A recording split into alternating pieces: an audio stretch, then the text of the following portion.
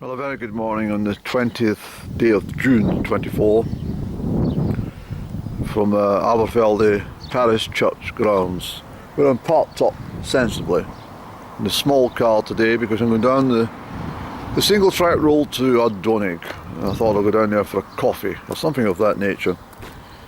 And the reason I also came up early today to Aberfeldy in the bread run is because that way there's a better chance of missing out on any low vibrationals. And I have to say that that's exactly what happened. I didn't see one, but I can't help but look at these beautiful oxeye daisies and the crimson reds of the poppies and this delightful clover which reaches well, quite high for clover, to be honest. And the buttercups. People who spend lots and lots of money trying to colour their garden in the summertime. Well, here's a perfect example of what nature can do if you just leave it alone. The wildflowers produce enough colour without actually having to purchase from the continent plants which are available in the garden centre, but unfortunately don't grow properly because they're grown in terrible soil and they're not acclimatised to the Scottish weather. But here we have a perfect example of beautiful flowers, just because it's a wild garden. I know that a wild garden can look quite messy, but this is the original way that the cottage garden looked. And if you look at any old postcards or photographs from the English countryside in Gloucestershire, Wiltshire, even Dorset, you'll find an ample display of these flowers. A little bit earlier than they come out in Scotland, I have to say. This would be probably in May they would see this in the south of England. But nevertheless, it's beautiful. But I'm not going to hang around. I'm going to head down the south side of Loch Tay, and fingers crossed we can get a coffee at Ardeonaig Hotel. Let's hope they're open. They might not be, but we'll certainly try. If not, it'll be killing. Just for something to do anyway. Yes. So I've reached Ardeonaig, South Loch Tay. I just thought I'd come and chat with this lot. Now, which one of you has not learned the Green Cross code? Stepped out in front of me there. Was it you? I think it was you over there. You have to look left and right when you're crossing the road. You don't just wander straight out. Lucky I'm pretty good with my brakes. Otherwise you'd have been squashed. But, anyway, we've got a lot of shooting in the background. And not sure what they're shooting today.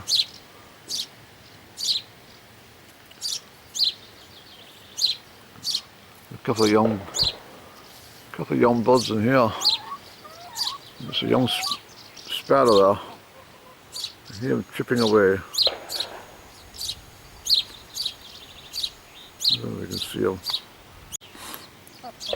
Henrietta, how are you doing?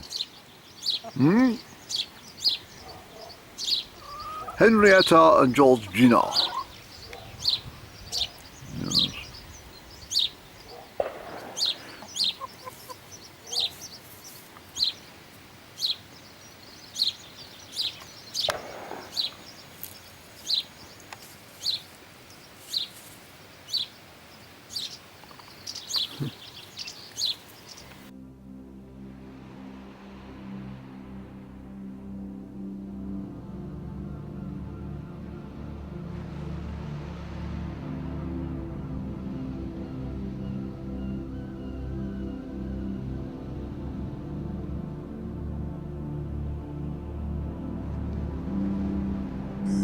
Seems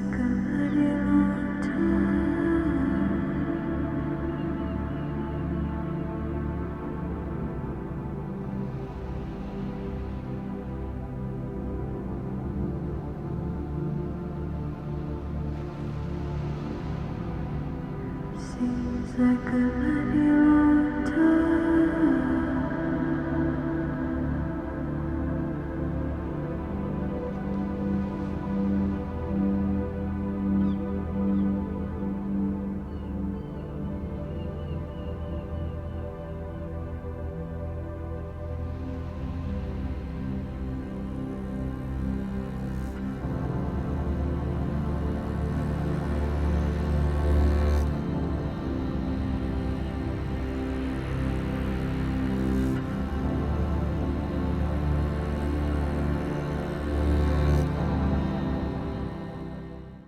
So here I am inside the Ardeonaig Hotel bar, but there's no service, I'm afraid.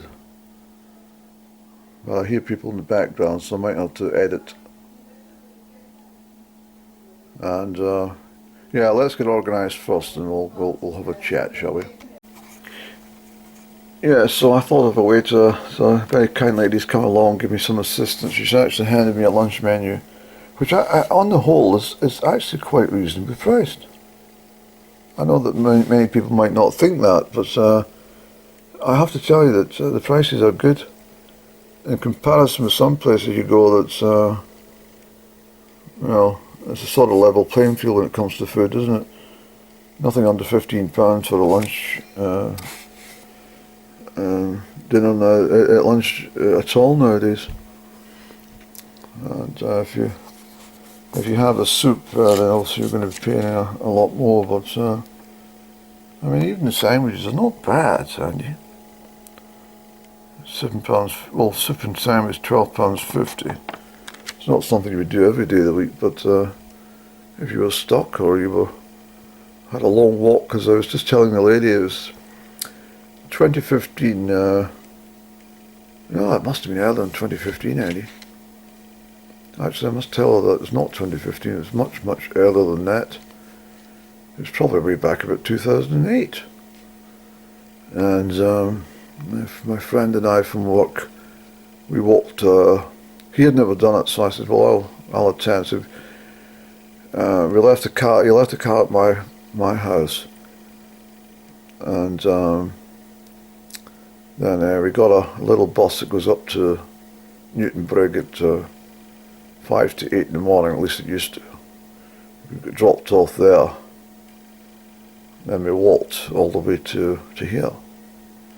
16 miles, I think it is. And I beg your pardon, we walked to Ardeonaig, and then we walked the rest of the roads, and we come in here because he had a telescope with him, and I don't know if I can tell you the story, or I've told you before, I can't remember. But we were halfway up the top of the glen, and he said there was snow showers. It was very fine May kind of snow, and nothing too exciting, but just it was exhilarating. But he pulled out his telescope and he had a stare. And he said, look what I can see. And I thought he was going to introduce me to a golden eagle or something. So I looked through the telescope, slight adjustments, and there it was, a tenant's sign. I said, that's the Ardeonaig Hotel. He said, well, that's where we're going to go. So we came in. I was just telling the lady, there was I'm sure the table was situated here, and there was 4 ladies, aristocracy, very, very high caliber people. And I said to them, because I'm quite sensitive, and I said to them, I said, would you mind if we enjoy aperitif at the bar? And they said, oh, of course, don't mind us, you carry on. You look hot and bothered. Where we be? As we came through, they go, oh my goodness, well done, you. And anyway, so they stayed for about 45 minutes and an hour. But it ended up me and my friend sitting sort of on the stools. And we absolutely got thrashed. And at the time, I recall that Tennant's Lager actually tasted not too bad, especially when it was chilled. And there's no froth on top of the pint that you seem to get nowadays with you've got to spoon it out like candy floss. But anyway, we got absolutely smashed, and he had to phone his partner to come and pick us up, and she was absolutely furious. She had to drive goodness knows how long to get here. She didn't even know where the hell it was. The sat nav wasn't working correctly, and the longer she took to get here, and the more phone calls that were made to my friends, I can't find it. And I said, well, that's great, we'll just get another drink. But anyway, I was absolutely smashed. I had to get sort of carried into the back of the vehicle, or at least assisted. I was totally out of it. And the journey back, as I remember, was very fraught. They seemed to be sculling each other and having lots of negative remarks about everything. But it was a fantastic day. I have to say, it was absolutely brilliant, just in this very, very, secluded hotel on the banks of Loch Tay, miles from anywhere, just getting absolutely thrashed. So things have been done up. There's been a lot of paintwork and plasterboard. It was back in the day. It was all sorts of vintage stone and rough and ready. And excuse me, and the chairs and stuff. I don't remember these, but the bar stools were definitely the same, and the bars exactly the same. Yes, but it was definitely a table here, because I remember the four ladies sitting down they were drinking wines as well. They were not as well. They were drinking wine. Whatever else they were drinking. I think they were drinking Pimm's or something too. But it was a delightful day, Annie. And what have we got through here? Yes. Love the old fireplace, Annie. It really is superb in here. Absolutely wonderful. So, I'm so glad I came in. And I'm going to say to the lady, your prices are actually not too bad.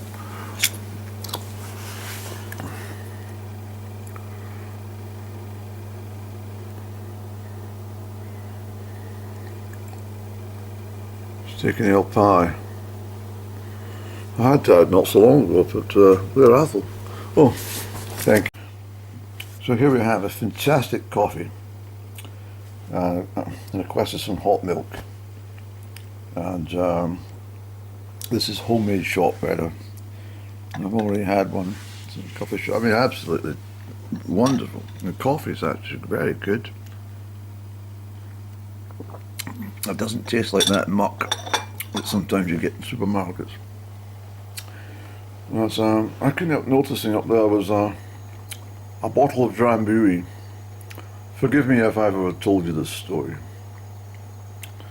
But the bottle of, I've actually drank a lot of Cointreau in my life as well. I was with somebody of the opposite sex, and I said, what are you drinking? She says, Cointreau. I said, I've ever drank Cointreau. She says, quite nice, have a sip. And so I had a sip of this Cointreau and lemonade she was drinking. I thought, well, it's quite pleasant. I'll just join you. And we end up finishing the bloody bottle in the pub. And so anyway, this bottle of Drambuie.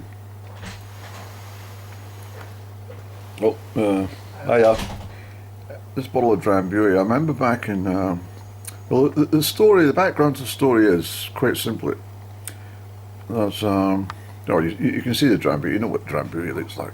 That's one thing I'm happy about Drambuie, they've never changed the label in all the years.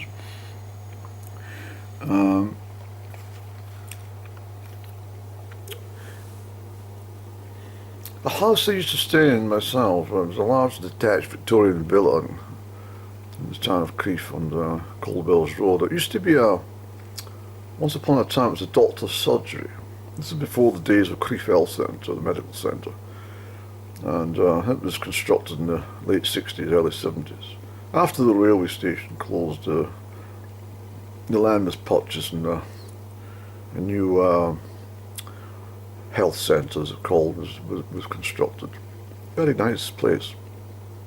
And when you were sitting in the waiting room, there were buzzers that used to light up on the wall, and you would then know the doctor was ready, and then next minute there'd be an announcement, your name would be called such and such to surgery 1 or something. And zzz, that was the noise it made. And at that time you could smoke in the surgery. Why are we talking about this? Oh yes, the point is that most of prior to the health centre, lots and lots of the doctors held the surgeries in their house. And so therefore this particular property I'm talking about in Coldwell's Road was under Dr. O'Toole. And all these patients would shuffle in there and get treatment and stuff, you see. And on the Perth Road there was another surgery, and my granny used to send me up there to get their medication when I was about 6-year-old, and zip up there, and Granny wants some medicine, and she said, oh, here they are, go there and get that to the chemist. And then there's another one up in Newinfield Road. I mean, I could go on and on, but it gets to the story anyway. So anyway, it was the opening night of the 1984 Olympic Games from Los Angeles. Made very famous by the all-round athlete Carl Lewis, fantastic sprinter. He did I think he equalled Jesse Owens' record for getting gold medals in the Olympics. For Jesse Owens in 1936 in Berlin, and Carl Lewis did likewise in 1984 in Los Angeles. Anyway, the opening ceremony was full of pomp and ceremony.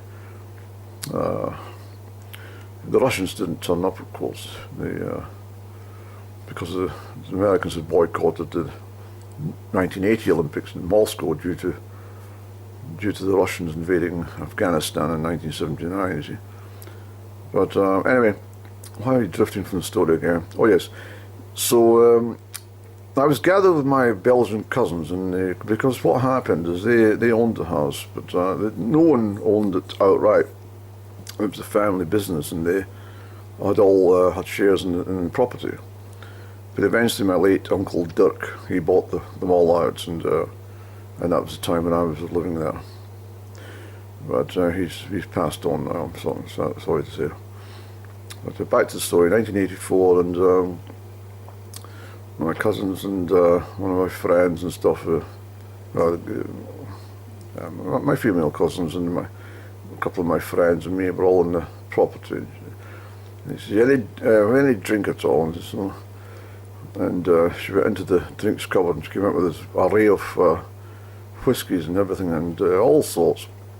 But she said, what's Drambuie? I said, it's a whiskey liqueur. Hands up, I'll take that.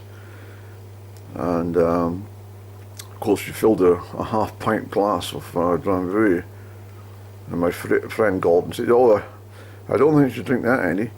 A half-pint, but I just done it for the laugh, and I drank a half-pint, and bloody one of the worst things I ever did in my life. God almighty, what a state I was in. No, it was just dreadful. Absolutely dreadful. In fact, I was told that there's one way of killing yourself is drinking that much Drambuie in one go. I mean, Drambuie is served a tiny little thing like that, and you sip away of it after your dinner. You don't bloody gulp a whole bloody half pint at once. But anyway, it's just so why did we drift away from stories, Annie? Why did we do this? I don't know. Your coffee's getting cold, you fool. Come on, sir. That's one of the drinks I do like. It's the Dalwhinnie whiskey. Only that one, not any others. That Dalwhinnie whiskey is absolutely gorgeous. A very malty drink. I really, well, it's a malt whiskey, of course it's malty, but it's very peaty in taste. I love it. And the other one I love there is the Balvenie. Absolutely superb. In fact, just looking at these bottles is enough to put me back in the drink. It really is wonderful. And what do you call it? it's what do you call it, any Jägermeister or something you call that. I've drunk plenty of that in my life. Yeah. I've probably drunk everything when I think about it. I've drunk all that gin, that pink gin as well. I've done the whole damn lot. There's that Hendrix gin, I've done that. I've done everything. But there's a beautiful view out from the, I mean, I should have been sitting out in the hot sunshine, but sometimes it's nice just to take a seat indoors and enjoy that. But I really love this place. It's been absolutely marvellous. But I shan't keep the lady back. She's busy, I think, and so I'll shout her around to settle my bill, and then we'll move off. Get the chauffeur to organise. I think he's busy having a cigarette break. And the chauffeur will see me coming out, and he'll stamp in the cigarette and cough away and splutter and shake his hand in front of his mouth and get his hat, straightened on top of his head, and then he'll come along and say, "Oh, you ready to go, sir?" "Yes, please." So there we go, the Ardeonaig Inn, and I've had a very good inn time. It's a fantastic place, I have to tell you. It really is absolutely adorable. And as I say, I spent many happy days here. I often stop here on my journey between Aberfeldy and Killin on the low road, but that's me for today from here, and we shall go.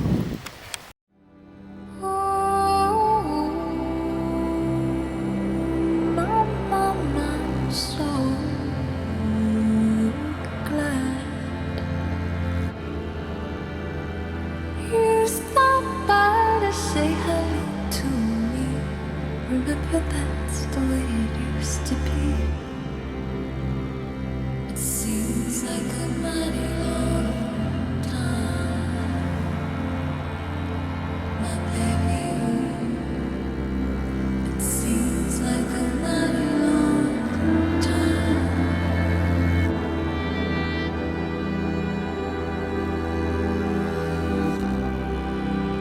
Oh.